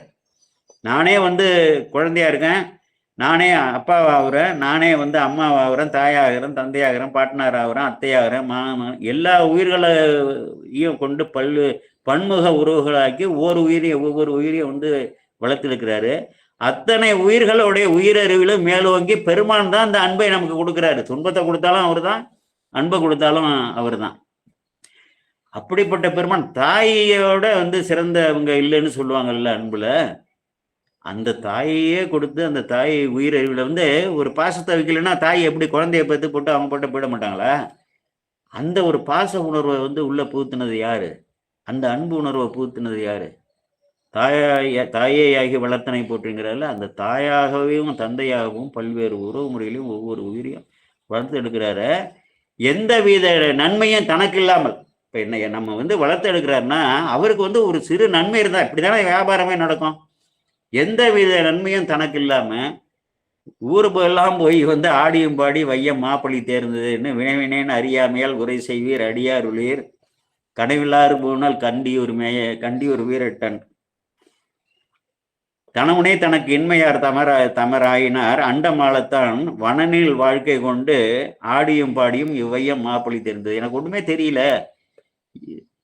இந்த காவிரி கடைத்து எழுதக்கூடிய காவிரியில இருக்கக்கூடிய கண்டி ஒரு வீரட்டன் தன்னை வணங்கக்கூடிய அடியார்களெல்லாம் நீ அண்டத்தையே ஆள்டான்னு கொடுத்துட்டு இவர் வந்து காடுரை வாழ்க்கையராக ஆடியும் பாடியும் இந்த ஊரு பூரா வீடு வீடா போய் பிச்சை எடுக்கிறாரு. எனக்கு ஒன்றும் தெரியலன்னு சொல்லி ஞானசம்பந்தர் தான் அறியாதவர் போல அடியாருள் வினா உரை பதிகமா இருக்கும். அப்படிப்பட்ட ஒரு பெருமான் நம்ம உலக உயிர்களுக்காக தன்னுடைய நிலையிலிருந்து இறங்கி வந்து இப்படிலாம் நமக்கு அருள் புரிகிறாரு. இது பெரிய விஷயம். எல்லாராலையும் வர முடியாது. லட்சம் பேர்ல இங்க எத்தனை பேர் வர முடியும்? ஞான உரைகள் எத்தனையோ பேர் நடத்துறாங்க. அதிகபட்சம் 30, 50 பேர் இருந்தா ரொம்ப அதிகம். நாங்க எல்லாருமே பல குழுக்களாக வந்து அன்பர்கள்லாம் நடத்திட்டு இருக்காங்க. ஒரு வாரம் வரவங்க அடுத்த வாரம் வர மாட்டாங்க. இந்த ஞான நெறியில வந்து வர்றதுங்கிறது வந்து சாதாரண முன்னை தவப்பயன் இல்லைன்னா இந்த ஞான நாட்டமே வராது. இது வந்து இறைவன் கொடுத்த கொடை. அதற்கு ஒரு களத்தை தான் இந்த அம்மா இங்கே நமக்கு வந்து அமைத்து கொடுத்திருக்கிறார்கள். அப்படி வந்து அந்த இறைவனோட இப்படியெல்லாம் வந்து இறைவன் எனக்கு அருள் இருக்காரா என்பதை வந்து இந்த உயிர் உணர்ந்தாதான் அந்த வாரமாகின இறைவன் மீது வந்து ஒரு அன்பு ஏற்பட்டு இந்த கல்லியல் மனத்தை கசிவித்து என் கலைகளை அறுக்கும் வள்ளியல் வானவர் வணங்க நின்றானை வழிவளந்தனில் வந்து கொண்டேன். கல்லை மென்கனியாக்கும் விச்சை கொண்டுன்னு சொல்றாங்கல்ல, அந்த வித்தையை செஞ்சுதான் அடித்து அக்காரம் திட்டி நம்மளை கொண்டு வந்து அடிப்படுத்தி இங்க வந்து அவருடைய பெருமைகளை கேட்பதற்கு பெருமான் வச்சிருக்காரு பாருங்க. இதையும் நினைச்சு இந்த உலகத்துல இருக்க லட்சம் பேருக்கு கொடுக்காதத இந்த 25 பேர் 30 பேருக்கு கொடுத்துருக்காருல்ல, இதையும் நினைச்சிங்கன்னா தான் கண்ணீர் நமக்கு வந்து வரும். அப்படி வந்து நினைவார் அவர்கள் வினையா இனம் ஆயுமே என்று சொல்லி அற்று போகுங்கிறாரு. அப்புறம் வந்து 9வது பாட்டு கண்ணன் பாட்டு. கண்ணன் வண்ண மலரானோடும் கூடியோ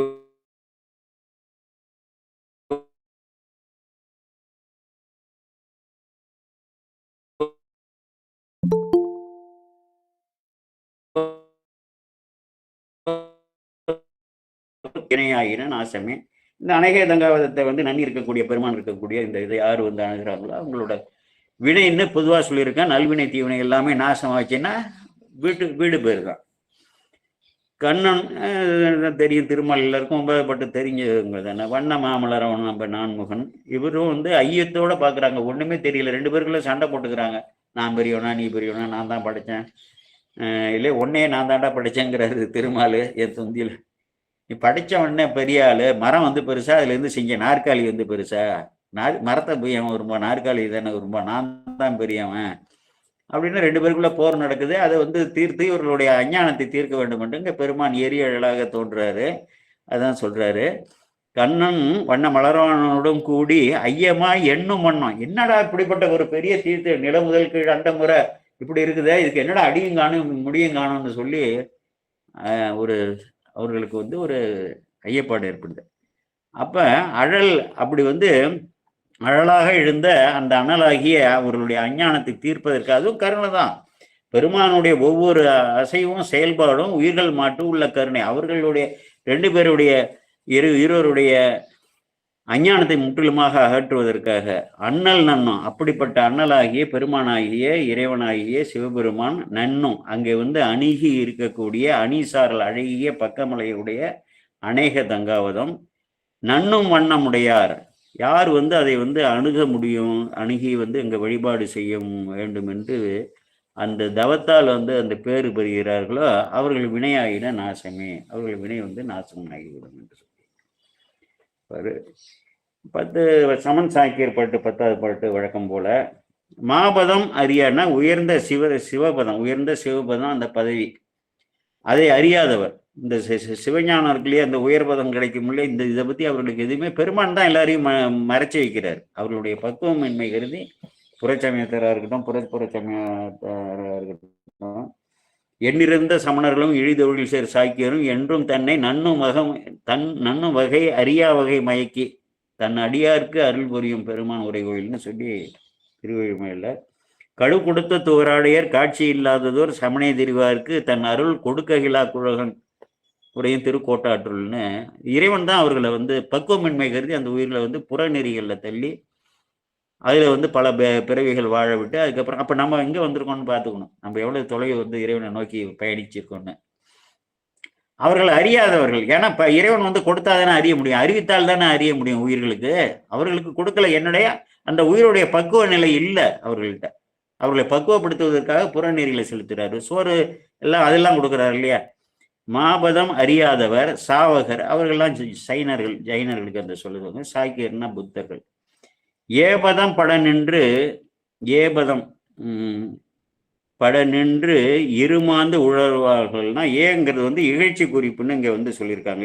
ஏன்னா இகழத்தக்கதான இருமாப்புகளை உடையவர்கள். அந்த மாபதத்தை அறியாமல் ஏபதம் என்று சொன்னால் இகழத்தக்க கூடிய கீழ்ப்பதங்களை வந்து நின்று இருமாந்து தான் அறிந்தது தான் வந்து இந்த கொடிர்னு சொல்லுவாங்களே, நான் வந்து என்ன நினைக்கிறேன்னா அதுதான் ஏன் சரின்னு சொல்லி அப்படி வந்து பிடித்த கொள்கையை வந்து விடாதவர்கள், தவறான கொள்கையை பிடித்து கொண்டு அப்படிதான் இருக்காங்க. நம்ம மக்களும் அப்படித்தானே இருக்காங்க.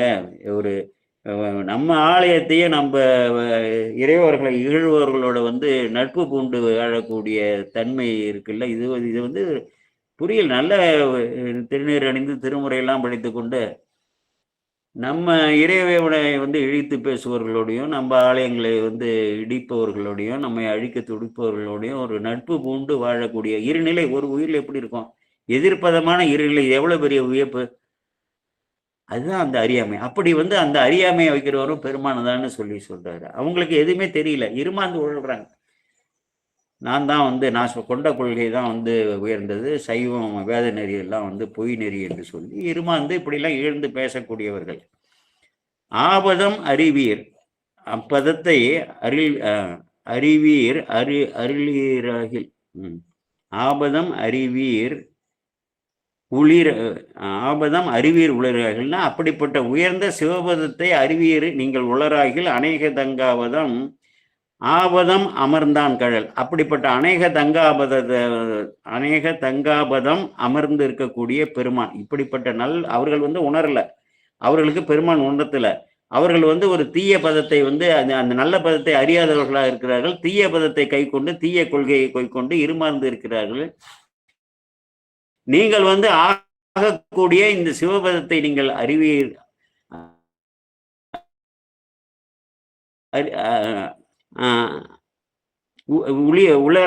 உள்ளீராய்கள்ங்கிறார். உள்ளீராய்கள் நீங்கள் இருப்பீர்களானால் அநேக தங்காவதம் அமர்ந்தாங்க சேருவது கர்மமே.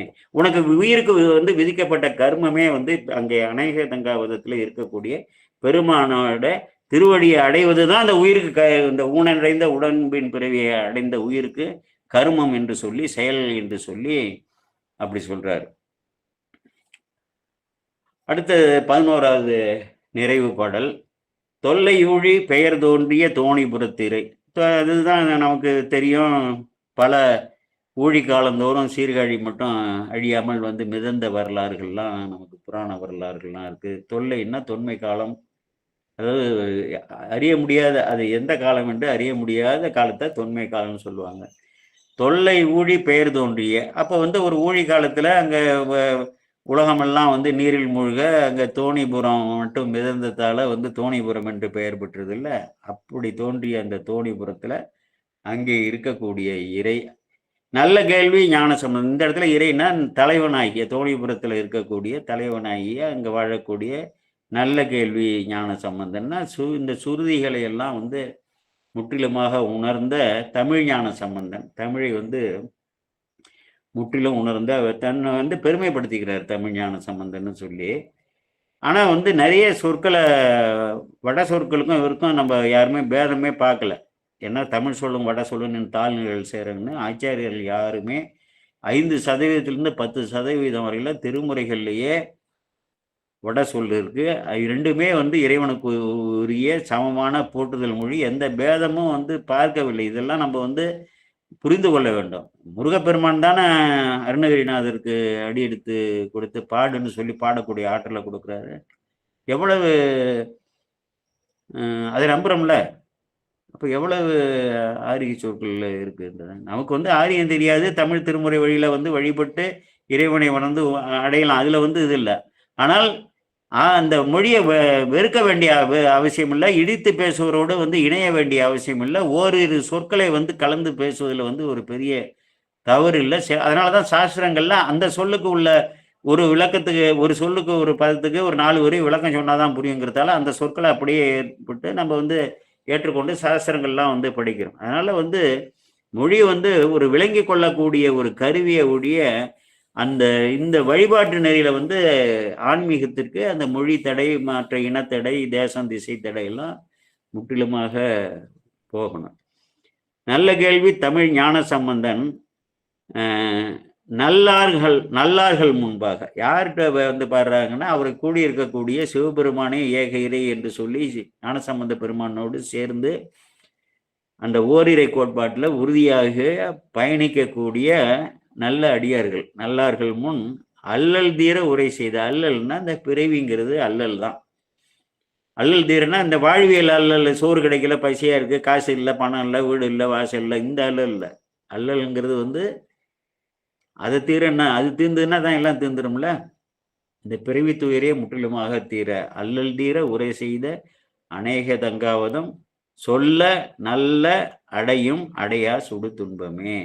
உனக்கு வந்து நல்லது அடையும், நல்ல பேர் வரும், சிவகதி கிடைக்கும், உனக்கு சுடுகக்கூடிய துன்பங்கள் தொடர்ந்து விளையாது என்று சொல்லி ஒரு அற்புதமான ஒரு திருப்பதிகம். இந்த திருப்பதியத்தை நான் வந்து படித்தது இல்லாதையும் உண்மையை சொல்லிடணும். இறைவன் திருவருளால் என்னுடைய மகள் ஹேமா மாலினி பேசுகிறதா இருந்துச்சு. அதற்கு வந்து அவங்களுக்கு வந்து வேற சில பணிகள் இருந்ததுன்னு சொன்னாங்க. நானும் அனுப்பிட்டேன், இதெல்லாம் அப்படியே நகல் எடுத்து அனுப்பிட்டேன். அவங்களும் தயார் பண்ணிட்டாங்க. அப்போ நீ வந்து இவ்வளவு இடரோட வந்து பேசாத, நான் வந்து பார்த்துக்கிறேன் அப்படின்னு சொல்லிட்டு அதுக்கப்புறம் குறிப்பெடுத்து முடிந்த அளவு இறைவன் வந்து அறிநீர்மையில், அதை ஞானசம்பந்தரோட திருப்பதிகத்துக்கு யாராவது உரை சொல்ல முடியுமா? அவர் திருப்பாதம் உணர்த்திய வகையில் அறிநீர்மையில் சிறிது கும்பிட்டுன்னு சேக்கிழாரே சொல்லும் பொழுது நம்ம என்ன சொல்ல முடியும்? ஏதோ இந்த சொற்பதங்களுக்கு ஒரு விளக்கம் கொடுத்த அளவிலே நிறைவு செய்திருக்கிறேன் என்று சொல்லி இதுவரை கேட்ட அன்பர்களுக்கெல்லாம் எல்லா சிவமங்கல நலன்களையும் இறைவன் விளைவிக்க வேண்டும் என்று இறைஞ்சி கோமல் சேகராயி நான் விடைபெறுகிறேன். வணக்கம். சிவாயனம்.